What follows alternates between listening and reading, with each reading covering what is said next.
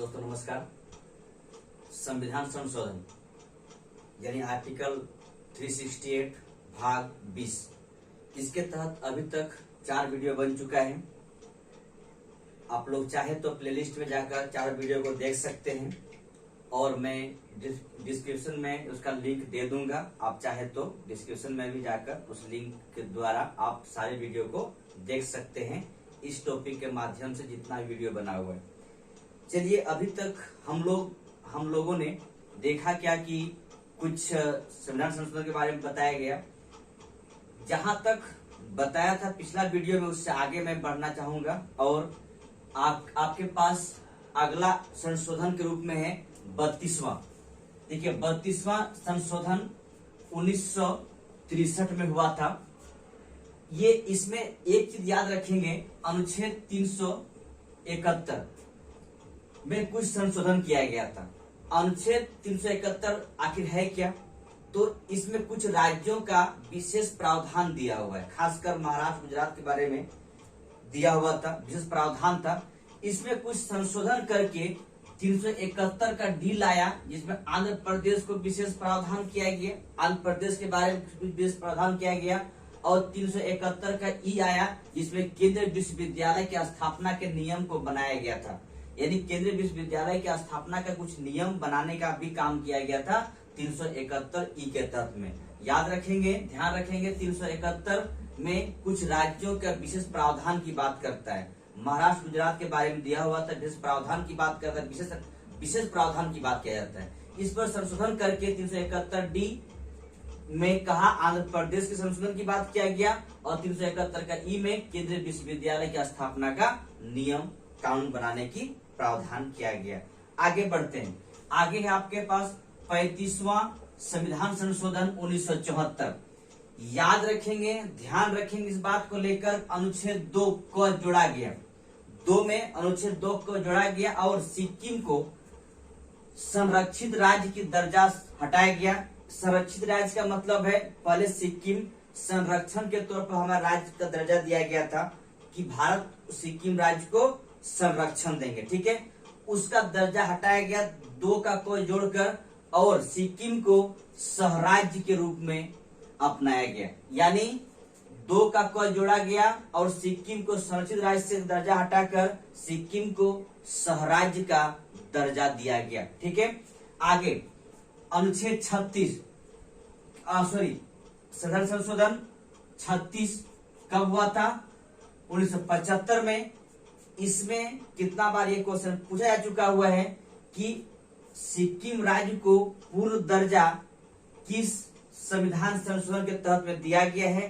तो याद रखेंगे, वो है 36वां संविधान संशोधन 1975 में सिक्किम को पूर्ण राज्य का दर्जा दिया गया और एक अनुच्छेद 2 का क को समाप्त किया गया। 2 का क जोड़ के क्या किया था कि यह सहराज्य की दर्जा दिया गया था। उस सहराज्य के दर्जा को खत्म करके सिक्किम को पूर्ण राज्य के दर्जा दिया गया और भारत में 22वां राज्य बना, ठीक है भाई। भारत में सिक्किम 22वां राज्य बना। इसमें एक अनुच्छेद जोड़ा गया 371 का च और इसमें सिक्किम राज्य को विशेष प्रावधान किया गया। सिक्किम राज्य के लिए विशेष प्रावधान किया, किस पर? 371 का च जोड़कर। दोस्तों ध्यान रखेंगे, 36वां संविधान संशोधन 1975 2 का क को समाप्त किया गया, सिक्किम को पूर्ण राज्य की दर्जा दिया गया, सिक्किम भारत में 22वां राज्य बना और 371 का च जोड़कर सिक्किम को विशेष प्रावधान की बात किया गया। नेक्स्ट आगे बढ़ते हैं। 37वां संविधान संशोधन 1975 में ध्यान रखेंगे 239 का क और 240 में कुछ संशोधन किया गया। 239 क और 240 में संशोधन किया गया और अरुणाचल प्रदेश के लिए विधानसभा मंत्री परिषद की स्थापना किया गया, ठीक है। 239 का और 240 में संशोधन करके क्या किया गया? अरुणाचल प्रदेश के लिए विधानसभा और मंत्री परिषद की स्थापना किया गया, ठीक है। आगे 38वां संविधान संशोधन 1975 में सबसे बड़ी बात यहां पर याद रखेंगे, राष्ट्रपति द्वारा आपातकाल, दोस्तों इमरजेंसी काल की जो घोषणा होता है वो गैरवाद योग्य बना दिया गया। कहने का मतलब ये है कि राष्ट्रपति आपातकाल घोषणा करता है, ठीक है, आपातकाल घोषणा करता है तो उसे गैरवाद योग्य यानी उस पर कोई डिस्कशन नहीं कर सकते हैं या न्यायिक पुनर्लोकन की बात को हटा दिया गया, ठीक है। इसके बाद राष्ट्रपति राज्यपाल यूटी क्षेत्र के प्रशासकों द्वारा अध्यादेश जो जारी किया जाता है वो भी गैरवाद योग्य घोषित किया गया, ठीक है, यानी उस पर भी वाद विवाद नहीं कर सकते। अब आपके मन में आ रहा होगा अध्यादेश क्या होता है। देखिए अध्यादेश के बारे में मैं बहुत अच्छी तरह बताया हूँ, चाहे तो आप राष्ट्रपति के वीडियो पर देख सकते हैं या राज्यपाल के वीडियो जो बना हुआ है उस पर आप जाकर प्लेलिस्ट में जाकर जाएंगे और देख सकते हैं। अध्यादेश के बारे में बहुत अच्छी तरह मैं समझाने की कोशिश किया हूँ, चाहे तो आप वीडियो इसी चैनल के माध्यम से प्लेलिस्ट में जाएंगे और राष्ट्रपति और राज्यपाल के जो टॉपिक है उस टॉपिक के तहत में अध्यादेश के बारे में बहुत अच्छी तरह मैं कोशिश किया हूँ समझाने का, वहां जाकर आप उसे देख सकते हैं, ठीक है। तो राष्ट्रपति राज्यपाल या यूटी क्षेत्र के प्रशासकों द्वारा जो जारी किया जाता है उसे गैरवाद बना दिया गया और लास्ट में कहता है राष्ट्रपति को विभिन्न आधारों पर राष्ट्रीय आपातकाल की घोषणा करने की शक्ति प्रदान किया गया, ठीक है। राष्ट्रीय आपातकाल घोषणा की शक्ति प्रदान किया गया, विभिन्न आधारों पर उसे शक्ति दिया गया और ये सब किसमें हुआ था, 38वां संविधान संशोधन 1975 के तहत में। क्या क्या हुआ था, राष्ट्रपति द्वारा जो आपातकाल घोषणा करते हैं वो गैरवाद बना दिया गया, यानी आप डिसीजन नहीं कर सकते हैं। दूसरी बात है राष्ट्रपति राज्यपाल और यूटी प्रशासकों को जो अध्यादेश जारी किया जाता है यानी ऑर्डिनेंस जारी किया जाता है उस ऑर्डिनेंस को भी गैरवाद बना दिया गया और राष्ट्रपति को विभिन्न आधारों पर, ठीक है, राष्ट्रीय आपातकाल की घोषणा करने की शक्ति प्रदान किया गया, ठीक है। इसके बाद 38 के आगे हम लोग आगे बढ़ते हैं और 41वां संविधान संशोधन 1976।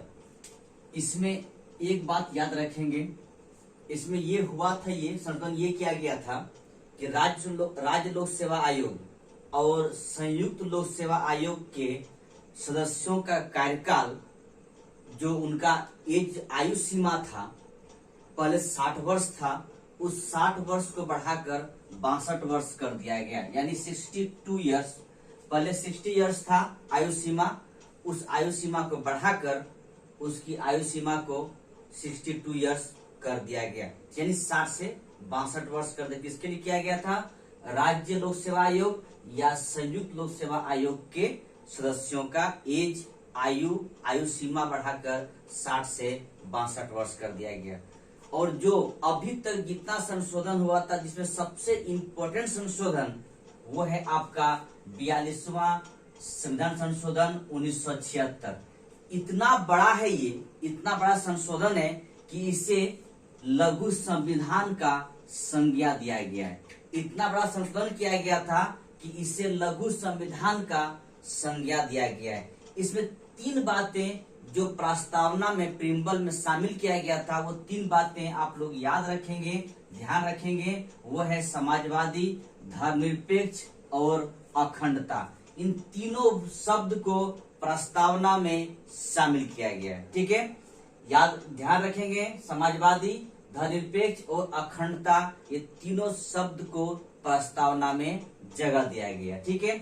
इसके बाद एक भाग जोड़ा गया, वो भाग है 4 का क, अनुच्छेद 1 जोड़ा गया 51 का क, और उसमें हमारे संविधान में एक मूल कर्तव्य को जोड़ दिया गया, ठीक है, मूल कर्तव्य को जोड़ा है। और उस जिसमें मूल कर्तव्य को जोड़ा गया था उस समय मेरे पास 10 मूल कर्तव्य था, अभी मेरे पास 11 मूल कर्तव्य है, ठीक है। ये कब जोड़ा गया है, 42वें संविधान संशोधन 1976 के तहत। अगर आपको मूल कर्तव्य का वीडियो देखना है तो इसी चैनल के माध्यम से जाएंगे वीडियो में और मूल कर्तव्य का आपको एक वीडियो मिलेगा, आराम से देखेंगे, बहुत अच्छी तरह से देखेंगे। जितना मूल कर्तव्य से जितना क्वेश्चन बन सकता है उन सारी बातों को वहां पर बताया गया है, ठीक है। मूल कर्तव्य से संबंधित एक वीडियो बना हुआ है, आप चाहे तो इसी चैनल के माध्यम से मूल कर्तव्य का जो वीडियो है उसको आप देख सकते हैं, ठीक है। तो एक भाग जोड़ा गया, वो भाग है 4 का क, अनुच्छेद है 51 का क, और वो सब्जेक्ट है मूल कर्तव्य, जो कि 10 मूल कर्तव्य था उस समय। आज मेरे पास 11 मूल कर्तव्य है। आगे बढ़ते हैं।